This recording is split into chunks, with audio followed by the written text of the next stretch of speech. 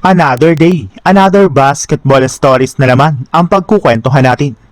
At ngayon nga ay pag-uusapan natin ang balitang magkakaroon nga na po ng malaking role si Hachimura sa Clippers at ang balitang makukuha pa nga na po ng 76ers ngayong offseason, si Daniel Gafford. Gusto nga po sana ni Rui Hachimura na manatili sa Lakers ngayong offseason. Sadyang napilitan lang naman nga po siya ditong umalis at lumipat sa team ng Clippers dahil sa naging desisyon ng kanilang front office. Sa madaling salita, ang mismong Lakers na nga po ang nagpaalis kay Hachimura sa kanilang kupunan. Pero mukhang mas naging maganda rin naman nga pang nangyari sa kanya ngayon sa paglipat nito sa Clippers, since base nga po sa ikinumpirma ng isang NBA insider, plano nga po ng coaching staff ng Clippers na bigyan si Rui Hachimura ng mas malaking role sa kanilang rotation sa darating nilang kampanya. Nakalock-in na nga po ito bilang kanilang pinakabagong starting power forward kung saan inaasahan nga po na magkakaroon siya dito ng mas malaking playing time. Maliban rin nga po dyan, gagawa rin naman nga po si Coach Ty Lue ng ilang mga plays para sa kanya sa kanilang mga darating na laban.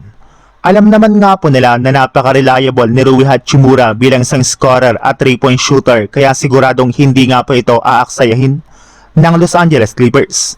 Sa ibang balita naman, malinaw na nga po na posibleng hindi patapos ang front office ng Sixers sa paggawa ng move sa mga susunod na araw.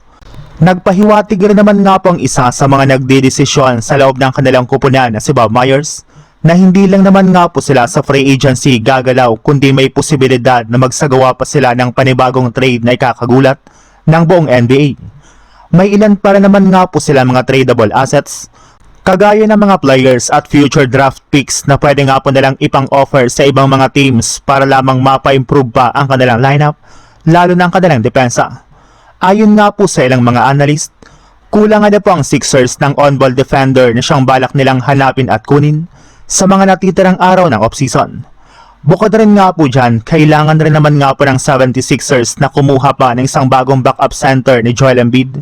At isa nga po sa mga nabanggit na big man na pwede nga po nilang kunin sa isang trade ay si Daniel Gafford na hanggang ngayon ay ginawang available para naman ng Dallas Mavericks sa trade market. Kaya may chance pa rin nga po sila na makuha ito ngayong offseason.